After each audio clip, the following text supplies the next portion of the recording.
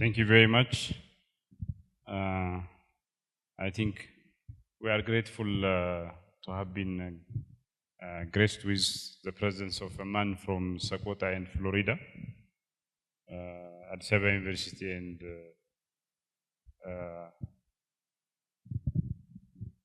George Washington University, of course, Kennedy School. I'm sure you are confused. You are all confused.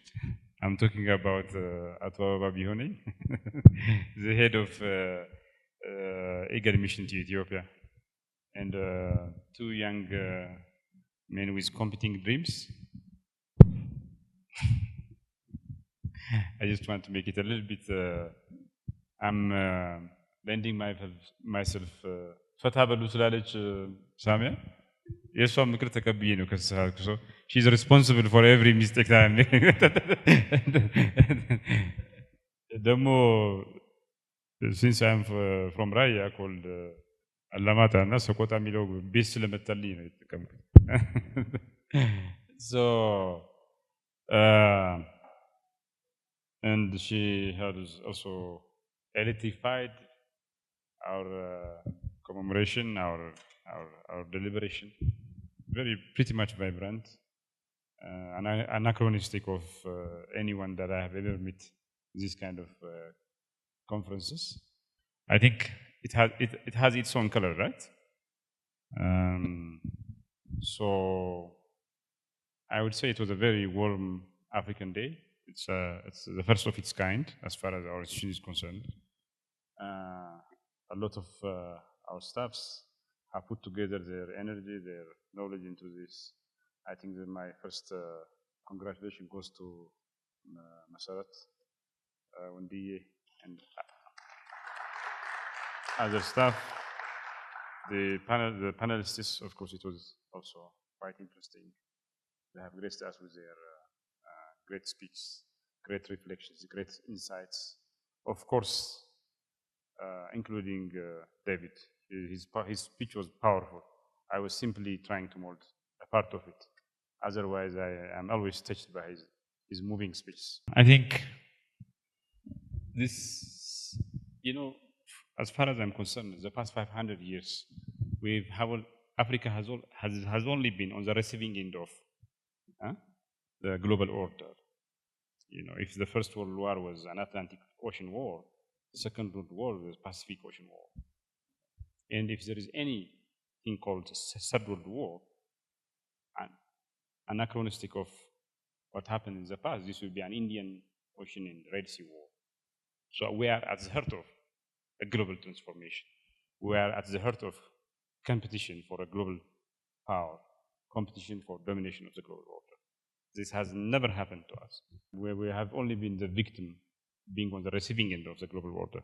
So even geography, geostrategic studies, turning themselves upside down, that Africa is at the map of this great unparalleled change in the making in the global order. And if we are going to claim our rightful place in this change in the making, it can only happen upon making our use ready for the task of the coming century. So I believe the 22nd century is an African century, but it can only be truly an African century. We can make this 22nd century truly an African century, making sure that doesn't turn out to become a missed opportunity if we invest on our youth, and if the youth are ready for the task of the day, if their imagination, if their mindset is up to the challenge, up to the gracious opportunity, Africa has never been bestowed with. So I think it's time to ignite our own future. It's time to let our history write itself, the youth being at the center of it. And whenever one thinks of making the youth ready for the task of the day, education comes first in the list of this task of making the youth ready.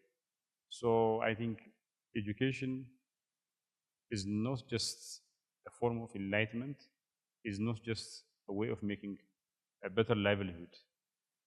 Education for Africa is also about remapping the unfairly disordered global order as far as Africa is concerned,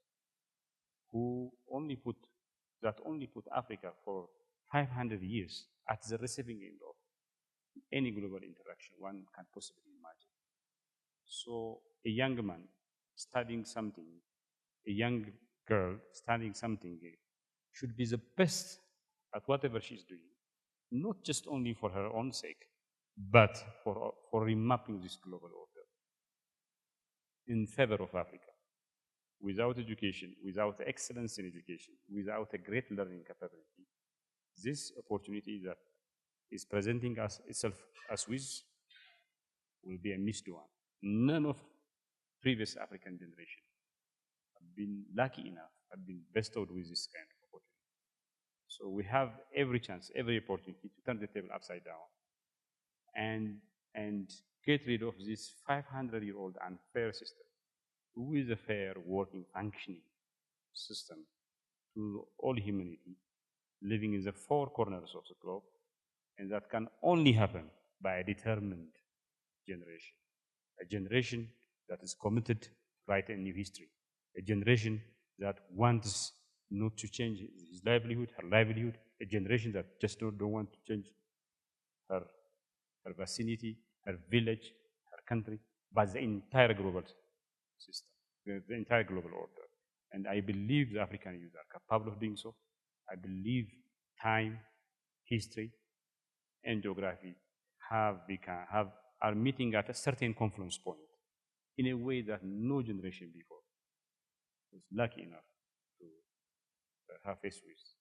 So I believe we have got a food for thought.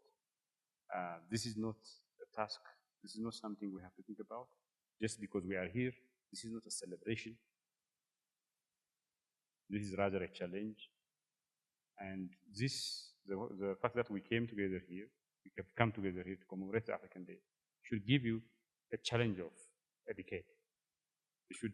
I believe if I were you, if I were in my 20s, the first thing I would do, and this evening would be to start reading about the global order, Africa, and what I can, as a member of the youth, what I can possibly do in this shifting tide.